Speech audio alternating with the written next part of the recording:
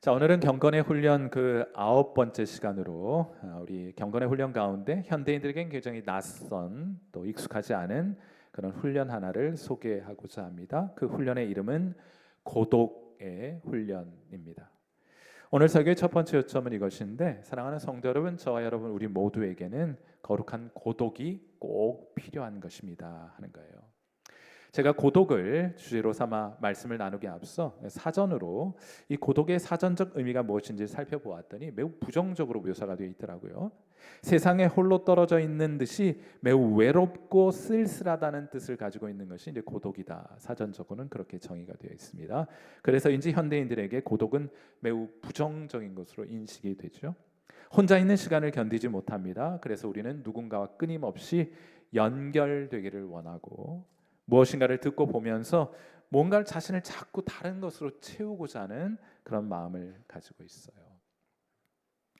프랑스 파리 지하철 공사에서 한 번은 시를 공모한 적이 있습니다. 무려 8,000편의 작품이 응모가 되었는데 그 중에 1등으로 당선된 시의 작품의 제목은 사막이라는 제목의 시였습니다. 이런 내용이에요.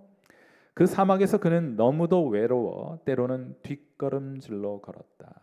자기 앞에 찍힌 발자국을 보려고.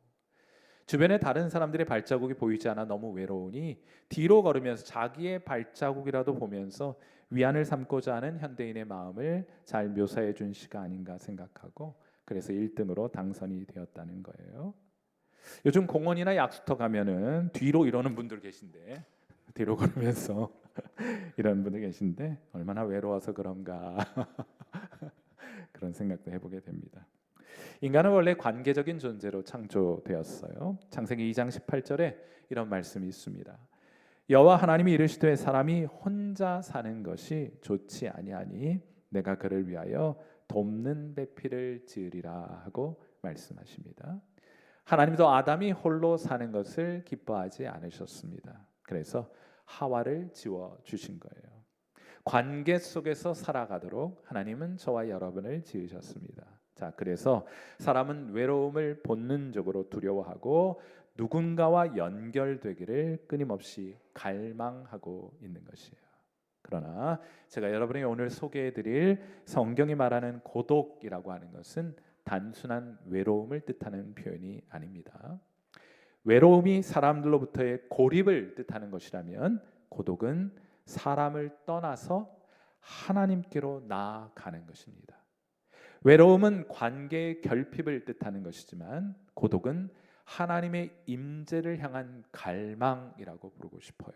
그러므로 성도가 추구해야 할 것은 사람을 떠난 고립 상태를 추구해야 된다 이런 것이 아니고, 하나님과 깊이 만나기 위하여 의도적으로 사람들로부터 물러서는 시간이 필요하다. 우리가 그것을 성경적 고독이라고 부른다면 이 고독을 이렇게 정의하고 시작하고 싶습니다. 자, 제가 정의를 한번 마련해 보았는데, 우리가 추구해야 될 거룩한 고독이라고 하는 것은 하나님과 함께 하기 위하여 매우 분명한 목적을 가지고 있습니다. 하나님과 함께 하기 위하여 자발적으로 그리고 일시적으로 홀로 있는 것, 우리가 이것을 거룩한 고독이라고 부르고 싶고, 우리 성도들은 이러한 거룩한 고독을 추구해야 한다고 말씀드리고 싶습니다. 자, 이제 고독을 정의했습니다. 거룩한 고독이란 하나님과 함께 하기 위하여 자발적이고 그리고 일시적으로 사람들로부터 물러서는 것을 고독이라고 부른다면, 그러한 관점에서 성경을 한번 들여다보세요. 하나님의 사람들은 언제나 고독과 가까웠던 사람인 것을 확인하게 될 것입니다. 이집트의 왕자로 살 때 모세의 곁에는 늘 많은 사람들이 있었습니다. 그러나 그가 광야로 도망친 이후에는 그의 곁에 아무도 없었어요. 바로 그때 하나님께서 모세를 찾아오십니다. 출애굽기 3장 4절 말씀, 여호와께서 그가 보려고 돌이켜 오는 것을 보신지라 하나님이 떨기나무 가운데서 그를 불러 이르시되 모세야 모세야 하시매 그가 이르되 내가 여기 있나이다 하고 말하지 않습니까? 광야의 고독은 모세 인생의 실패를 뜻하는 것이 아니었습니다. 하나님이 그를 만나시는 자리가 모세가 경험했던 고독의 자리였어요. 이 만남 이후로 하나님께서는 모세에게 사명을 주십니다. 하나님의 백성을 애굽에서부터 이끌어내라 하는 출애굽의 사명을 허락해 주십니다. 한번 생각해 보세요. 이스라엘 백성이 장정만 해도 60만 명이었으니 모세의 하루는 사람들로 가득했을 것입니다. 그러나 모세는 이런 바쁜 사역 가운데에서도 하나님과 홀로 만나는 시간을 놓치지 않습니다. 회막을 사람들이 거하고 있는 진영 밖에 설치해 두고 정기적으로 항상 그곳으로 나아가 하나님을 대면하는 시간을 갖습니다. 출애굽기 33장 7절 말씀이에요. 자, 우리 이 말씀 같이 한번 읽어보겠습니다. 시작. 모세가 항상 장막을 취하여 진 밖에 쳐서 진과 멀리 떠나게 하고 회막이라 이름하니 여호와를 앙모하는 자는 다 진 바깥 회막으로 나아갔더라 하고 기록해 놓았어요. 여기 진영이라고 하는 것은 사람들로 북적거리는 곳이고 그곳으로부터 멀리 떨어진 곳에 하나님이 거하시는 회막을 설치해 놓고 그들은 여호와를 앙모하는 자들은 하나님을 사랑하는 자들은 하나님의 사람들은 그곳으로 나아갔더라. 일시적으로 자발적으로 사람들 곁으로부터 물러나 하나님께로 나아갔더라 하고 성경이 기록하고 있지 않습니까? 그때 그 회막 안에 어떤 일이 있었는가? 그 다음 구절이 출애굽기 33장 11절이 그 회막 안에서 이루어진 장면을 우리에게 소개해 주고 있어요. 뭐라 기록합니까? 사람이 자기의 친구와 이야기함 같이 여호와께서는 모세와 대면하여 그 고독의 자리 하나님을 찾아 홀로 나선 그 자리에서 모세와 대면하여 말씀하시며 모세는 그리고 나서야 비로소 사람들이 있는 진영으로 돌아오게 되었다 하고 기록해 놓았습니다. 그러므로 모세의 능력은 사람 가운데 있을 때가 아니라 홀로 떨어져서 하나님과 함께 있을 때 받은 것입니다. 그에게 있는 사람을 이끄는 능력은 사람이 아니라 하나님과의 고독한 만남 가운데 얻은 것이라고 우리가 안전하게 결론을 내도 좋을 것이라고 생각해요. 그런데 그건 비록 모세뿐만 아니고 사랑하는 우리 주님도 마찬가지 아니셨습니까? 누가복음 5장 15절에 이런 말씀이 있습니다. 예수의 소문이 더욱 퍼짐에 수많은 무리가 말씀도 듣고 자기 병도 고침을 받고자 하여 모여오되 하고 기록되었어요. 예수님의 일상은 바쁜 사역으로 가득했습니다. 사람들은 끊임없이 몰려왔고 그래서 때로는 예수님 식사할 겨를조차 없을 정도로 많이 바쁘셨던 분이에요. 하지만 예수님은 그 바쁜 일정과 그 바쁜 일상의 흐름 속에 자신을 내맡겨 놓지 않으셨습니다. 이어지는 누가복음 5장 16절에 이렇게 말합니다. 예수는 물러가사 한적한 곳에서 기도하시니라. 여기 물러가셨다는 표현이 중요합니다. 예수님은 우연히 혼자가 되신 것이 아닙니다. 매우 의도적으로 사람들 곁을 떠나 하나님께로 나아가셨던 것이에요. 왜입니까? 하나님과의 교제가 그분 사역의 능력의 원천인 줄 우리 주님 너무 잘 아셨기 때문입니다. 주님은 그리고 더 나아가서 이러한 영적인 원리를 제자들에게도 가르쳐 주셨어요. 마가복음 6장 31절 말씀 우리 여러분에게 주시는 말씀이에요. 우리 이 말씀 같이 한번 읽어봅니다. 시작. 예수께서 이르시되 너희는 따로 한적한 곳에 가서 잠깐 쉬어라 하시니 이는 오고 가는 사람이 많아 음식 먹을 겨를도 없음이라. 아멘. 오고 가는 사람이 많아 음식을 먹을 겨를도 없으셨지만은 주님은 먼저 너에게 필요한 것이 있다. 쉬어라. 고독의 시간을 가져라 하고 권고하시는 것이 아니라 명령하고 계신 거예요. 사랑하는 성도 여러분, 하나님께 쓰임받은 사람들에게는 한 가지 공통점이 있습니다. 그것은 그들이 매우 바빴다 하는 것이 아니에요. 하나님께 쓰임받았던 하나님의 사람들에게 진짜 공통점은 아무리 바쁘다 할지라도 그들은 모두 바빴습니다. 그러나 더 본질적인 공통점이 있는데 그들은 아무리 바빠도 하나님과 홀로 있는 거룩한 고독의 시간을 포기하지 않았다 하는 거예요. 이 고독을 견딜 수 없는 사람은 교회에 사역하면 안 됩니다. 결국엔 자기 힘을 의지하여 사역하게 될 것이고 결국엔 탈진되어 버리고 말 것이에요. 결국엔 하나님의 일을 그르치게 될 것이기 때문입니다. 사랑하는 귀한 성도 여러분, 여러분의 삶 속에 여러분의 신앙 가운데 잊혀져 있던, 망각하고 있던 이 고독의 시간, 고독의 자리가 회복되는 귀한 은혜 있게 되기를 이 아침 주님의 이름으로 축원해 드립니다. 오늘 설교의 두 번째 요점은 이것인데, 우리가 그 고독의 자리에서 하게 되는 일은 하나님께만 집중하게 된다 하는 거예요. 여러분이 잘 알고 있는 위대한 하나님의 사람, 하나님의 선지자 엘리야, 그는 진짜 하나님의 위대한 사람이었습니다.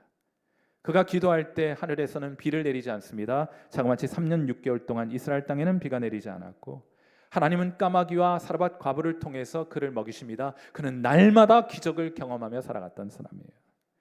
그 이후에 엘리야는 갈멜산에서 850명의 이방 선지자들과 함께 영적인 대결을 벌입니다. 바알 선지자 450명, 아세라 선지자 400명, 도합 850명과 함께 갈멜산 정상에서 대결을 벌이게 돼요. 그는 기도했고 하나님께서는 그의 기도에 응답하셨습니다. 하늘에서 불을 떨어뜨려 주셨어요. 이 일로 인하여 이방 선지자들은 패배하였습니다. 이스라엘은 하나님께로 돌아오는 영적인 부흥에 이 엘리야가 하나님의 도구로 쓰임받게 된 것이에요. 이어 그는 하나님 앞에 다시 나아가 기도합니다. 그랬더니 3년 6개월 동안 내리지 않았던 비가 마침내 하늘에서부터 쏟아져 내리게 됩니다.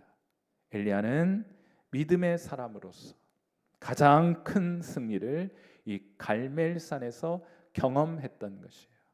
자, 그런데 이렇게 승리의 영광에 엘리야가 취하여 있을 바로 그때 전혀 예상하지 못했던 일이 벌어지게 됩니다.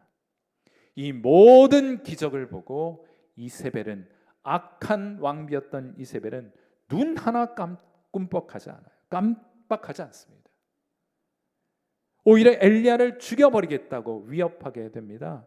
그러자 위대한 하나님의 사람 엘리야가 이렇게 했습니다. 열왕기상 19장 3절 말씀, 그가 그 위대한 승리를 경험했던 엘리야가 이 형편을 보고 일어나 자기의 생명을 위해 도망하여 갔더라. 어디로요?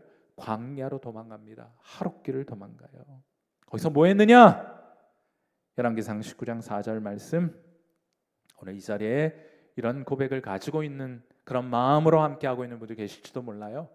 우리 한번 같이 열왕기상 19장 4절 말씀 같이 읽겠습니다. 시작. 자기 자신은 광야로 들어가 하룻길쯤 가서 한 로뎀나무 아래에 앉아서 자기가 죽기를 원하여 이르되 여호와여 넉넉하오니 지금 내 생명을 거두시옵소서. 아멘. 여러분, 하나님 이제 충분합니다. 절만큼 했어요. 이제 그만해도 될 것 같습니다. 넉넉합니다. 그러니 하나님 이제 그만 제 생명을 거두어가 주옵소서. 하나님 앞에 아마 눈물을 줄줄 흘리면서 그렇게 고백하고 있었던 것이 아닌가 생각해요. 사랑하는 성도 여러분, 이런 상태를 우리가 뭐라 부릅니까? 이런 상태를 영적인 탈진 상태라고 부르는 거예요. 특히나 사랑하는 성도분, 이 자리에 앉아 계신 여러분들 가운데 하나님께 헌신된 분들 계세요. 주님 뜨겁게 사랑하는 분들 계십니다.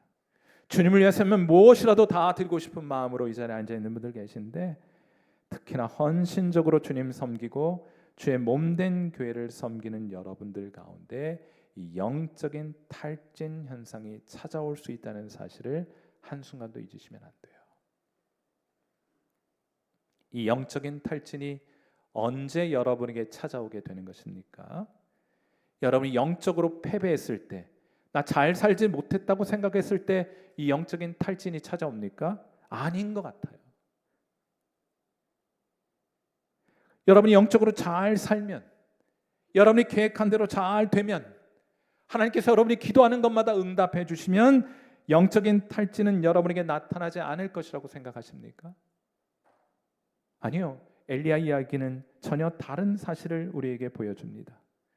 엘리야는 실패의 자리에서 무너진 것이 아니에요. 그는 갈멜산의 승리 직후에 무너지게 됩니다. 그러므로 사랑하는 성도 여러분, 기억하세요. 영적인 승리가 여러분의 영적인 탈진을 막아주지는 못하는 것입니다. 오히려 그 큰 승리 뒤에 더 깊은 탈진이 찾아올 수도 있습니다. 자, 그렇다면 왜 우리는 탈진하게 되는 것입니까? 그것은 승리했기 때문도 아니고 여러분이 실패했기 때문도 아니에요. 여러분 일이 많아서도 아닙니다. 솔직히 말하면 다른 사람들은 여러분이 더 많은 일을 하고 있기 때문에 탈진이 오는 것이 아니에요. 여러분이 다른 사람보다 더 많은 책임을 지고 있기 때문도 아닙니다. 왜 다른 사람들은 이런 일을 하지 않는데 나에게는 이런 일이 주어졌습니까? 라고 생각하기 때문에 탈진이 오는 것도 아니에요. 물론 그런 것들이 탈진의 작은 원인이 될 수는 있겠습니다만 더 근본적인 이유가 있어요. 여러분이 영적으로 탈진을 경험하게 되는 것은 여러분이 하나님 앞에서 다시 충전받는 기회를 놓쳤기 때문입니다.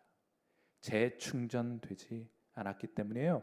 여러분이 영적으로 탈진해 있다는 것은 더 많은 일을, 속상한 일을, 더 힘든 일을 감당하고 있다는 것을 뜻하는 것이 아니라 여러분이 영적으로 탈진했다는 것은 여러분이 충전받지 못했다는 뜻이 되는 겁니다. 로봇 청소기 집에 한두 대쯤은 있으시죠? 이 로봇 청소기가 처음 나왔을 때 저게 무슨 젖다구가 청소를 잘 하겠나, 제대로 하겠나 싶었는데 기술이 발전했어요. 집안 구석구석을 다니면서 우리가 그냥 일반적으로 들고 다니는 진공 청소기보다 훨씬 더 청소를 잘하는 시대가 되었습니다.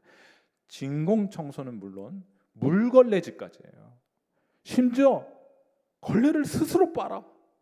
그리고 그걸 지가 말려. 그리고 물 적셔서 청소를 하는 그런 시대가 되었습니다. 그런데 여러분, 아무리 성능이 뛰어난 로봇 청소기라 할지라도 절대로 잊지 않는 것이 하나 있습니다. 그게 뭔가 하면 이 진공 청소기 성능이 아무리 좋아도 이 청소기가 똑똑해. 절대로 잊지 않는 것이 있어. 지금 미리 알리기도 해요. 뭔가 하면 도킹 스테이션으로 돌아가서 충전하는 일입니다. 막 열심히 일하다가 배터리 닫으면 그냥 거기서 축 하고 탈진되어 버리는 것이 아니라 저 이제 충전하러 돌아갑니다. 그리고는 도킹 스테이션에 가서 충전 받아요. 그리고 이어서 청소를 계속합니다. 왜인 줄 아세요? 로봇 청소기는 충전 없이 계속 작동하도록 만들어진 기계가 아니기 때문이에요. 그건 우리도 마찬가지 아닙니까?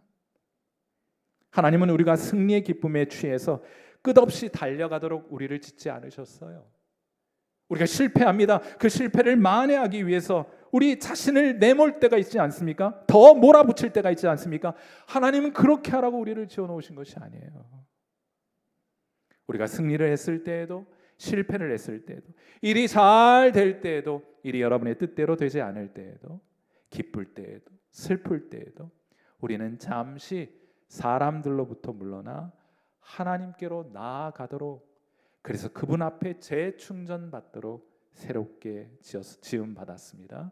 하나님은 우리가 그분 안에서 새 힘을 얻도록 지으셨기 때문이에요. 사랑하는 성도 여러분, 영적으로 강한 사람은 계속해서 오래 달리는 사람이 아니라 하나님께로 돌아가 충전받을 줄 아는 사람인 줄 믿습니다. 하나님은 로뎀나무 아래 탈진하여 쓰러져 있던 엘리야를 일으켜 세우십니다. 그를 하나님의 산 호렙산으로 인도하세요. 그가 호렙산에 도착했을 때 크고 강한 바람이 산을 가르고 바위를 깨뜨립니다. 그런데 하나님은 그 강한 바람 가운데 계시지 않더라고요. 그 일 후에 큰 지진이 일어납니다. 그런데 하나님은 그 큰 지진 가운데도 계시지 않아요. 그 지진 이후에 땅에서 불이 솟아오릅니다. 그러나 하나님은 그 불 가운데도 계시지 않더라 성경이 기록해 놓았어요. 하나님은 화려하고 요란하며 거창하여 사람들의 시선을 끌만한 곳에만 계신 것이 아니에요. 그 모든 것들이 다 지나간 후에 세미한 하나님의 음성이 엘리야의 귀에 들려오게 됩니다. 하나님은 갈멜산의 불 가운데도 역사하셨고 많은 사람들의 환호성 가운데도 일하셨지만은 엘리야를 회복시켜 주신 것은 호렙산의 적막과 고독 속에서였다. 이 열왕기상 19장이 우리에게 가르쳐준 교훈이 그것 아니겠어요?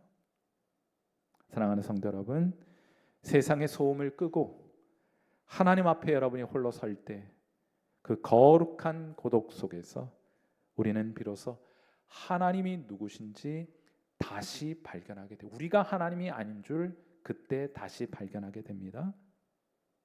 그리고 그때 우리의 삶도 제자리를 찾게 되는 거예요. 이렇게 하나님을 만나는 사람은 다시 일어섭니다. 다시 걷습니다. 그리고 다시 하나님 주신 말씀에 순종하는 삶을 살아가게 되는 거예요. 사랑하는 귀한 성도 여러분, 다시금 여러분의 삶 속에 거룩한 고독의 시간이 회복되어 하나님의 충전받고 여러분에게 맡겨주신 사명 더 힘차게 감당해 가시는 귀한 은혜가 있게 되기를 이 아침 주님의 이름으로 축원해 드립니다. 오늘 설교의 마지막 교점은 이것인데, 거룩한 훈련은 그냥 앉아 있는다고 생기는 것은 아니고 훈련으로 자라가게 된다 하는 거예요. 우리는 그리스도 안에서 새로운 피조물이 되었습니다. 전혀 새로운 본성을 가지게 된 거예요. 하나님 없이 살아가면 영적으로 방전되고 탈진되도록 새롭게 지음받은 사람들이에요. 정기적으로 하나님께로 나아가 재충전받도록 지음받았습니다. 이 영적인 재충전 없이 계속해서 달릴 수 있는 사람은 이 세상에 존재하지 않아요. 예수님도 심지어는 재충전을 받으셨는데 우리야 말해 못하겠습니까? 그러나 하나님이 이런 새로운 피조물로 우리를 지어주셨어도 아직 우리는 그런 새로운 존재에 걸맞는 삶의 방식이 훈련되지 않았습니다. 이런 삶에 익숙하지 않은 거예요. 홀로 하나님 앞에 머무는 고독의 시간을 갖기보다는 분주함에 익숙한 사람들이 막 뭔가 분주해야 뭘 하고 있는 것 같다는 생각을 가져요. 침묵보다는 소음에 더 친숙한 사람들입니다. 그래서 끊임없이 누군가를 만나서 이야기하고 있어요. 그래서 이 고독한 시간을 갖는다는 것이 우리에게 자연스러운 현상이 아니기 때문에 훈련이 필요하다고 말씀드리고 싶은 겁니다. 어떤 훈련입니까? 고독의 훈련입니다. 물러남의 훈련이에요. 이를 위해서 많은 이야기를 할 수 있겠지만은 이 짧은 시간에 다 말씀드릴 수는 없겠고 한 3가지 정도만 여러분에게 제안 드리고 싶은 게 있어요. 첫째로 1분 침묵하기를 훈련하십시오 하는 거예요. 여러분 안 하는 것보다 1분 뭐 그까짓 거 뭐 하나 뭐 1분 금방 지나가는데 그 뭐 나한테 뭐 큰 도움이 될까? 여러분 안 하는 것보다 짧게라도 시작하는 것이 훨씬 더 중요할 것입니다. 엘리베이터 안에서나 차에서나 책상 앞에서, 심지어는 식사기도 그 너무 형식적이다 이렇게 말씀하는 분들 계셔서 식사기도 굉장히 부정적으로 보는 분들 계신데 그거 활용하세요. 그 짧은 시간으로도 사실은 충분합니다. 느헤미야서 2장 4절에 보면 이런 말씀이 있어요. 왕이 내게 이르시되 네가 무엇을 원하느냐? 너 소원이 뭐냐? 느헤미야는 소원이 늘 준비되어 있어요. 그걸 위해서 기도해 왔고 그걸 위해서 왕께 구하고 있었던 참이었는데 왕이 물은 거예요. 너 소원이 뭐냐? 즉각적으로 내 소원 이겁니다. 이렇게 말했을 법한데 느헤미야는 그렇게 하지 않습니다. 그가 어떻게 합니까? 내가 곧 하늘의 하나님께 묵도하고. 이 짧은 시간 느헤미야는 왕의 존전으로부터 물러나 하나님의 임재 안으로 들어간 것입니다. 불과 몇 초 됐겠어요. 중요한 것은 시간이 아니라 여러분의 영혼의 시선을 하나님께로 돌리는 것이 중요한 거예요. 하나님께 귀를 기울이는 것이 중요할 것입니다. 고독은 긴 시간에서부터 시작되는 것이 아닙니다. 하나님을 향한 짧은 멈춤, 여기에서부터 시작되는 거예요. 그렇게 훈련해 가시는 여러분 되시기를 주님의 이름으로 축원해 드립니다. 두 번째로 매일 하셔야 할 거예요. 운동하지 않는 사람에게, 저와 같이 운동하지 않는 사람에게는 마라톤 언감생심, 단거리, 계단 오르는 것도 힘들어 죽겠어요. 그냥 다 어렵습니다. 그러나 매일 조깅을 하는 분들에게는 그런 일들이 큰 부담이 되지 않으세요. 거룩한 고독도 마찬가지입니다. 경건의 시간 아주 좋은 고독의 훈련이에요. 또 경건한 산책이라고 부를 만한 홀로 주님과 함께 일정한 시간, 그리 길지 않은 시간이라도 주님과 함께 산책하는 시간, 여러분에게 권변해 드리고 싶습니다. 아주 좋은 시간들일 거예요. 중요한 것은 방법이 아니라 매일 하는 것입니다. 하루에 한 번 반드시 세상과 사람들로부터 물러나 하나님과 함께하는 시간을 갖는 여러분 되셨으면 해요.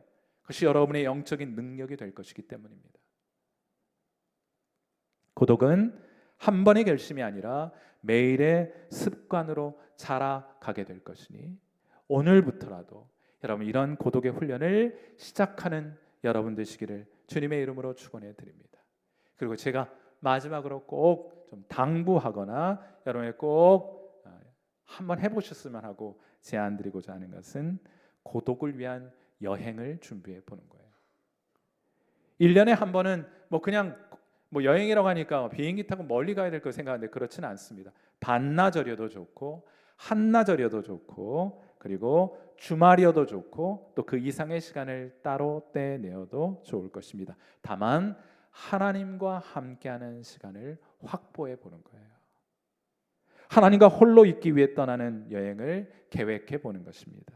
그저 막연한 바람, 그렇게 했으면 좋겠다, 그럼 여러분 하지 않을 것입니다. 매우 구체적으로 여러분의 달력에, 여러분의 일정표에 하나님과 함께하는 이 여행을 계획하고 표시해 두어야 돼요. 매우 구체적인 계획을 세워야 합니다. 어느 장소로 갈 것이며 가서 무엇을 아침부터 이 정해진 시간까지 어떤 일들을 할 것인지를 미리 계획하지 않으면 거기 하나님과 여행 떠나서 유튜브 시청하다 돌아올 가능성이 높아요. 매우 구체적인 계획도 세워보시고 그리고 이러한 훈련은 배우자가 도와주셔야 합니다. 서로를 배려하고 도와줄 때 더욱 이러한 일들은 가능하게 될 거예요. 여러분이 살기 위해서 여러분의 배우자가 재충전되어야 하지 않겠습니까? 기억하십시오. 그냥 놀러 가는 것이 아닙니다. 세상과 사람들로부터 잠시 그리고 의도적으로 물러나 하나님과 함께하는 시간을 확보하는 거예요. 우리의 삶은 바쁜 일정 속에서가 아니라 하나님을 만나는 시간을 통해 변화될 것이기 때문입니다. 이 변화의 시간을, 이 변화의 계획을 세워보시는 여러분 되시기를 주님의 이름으로 축원해 드립니다.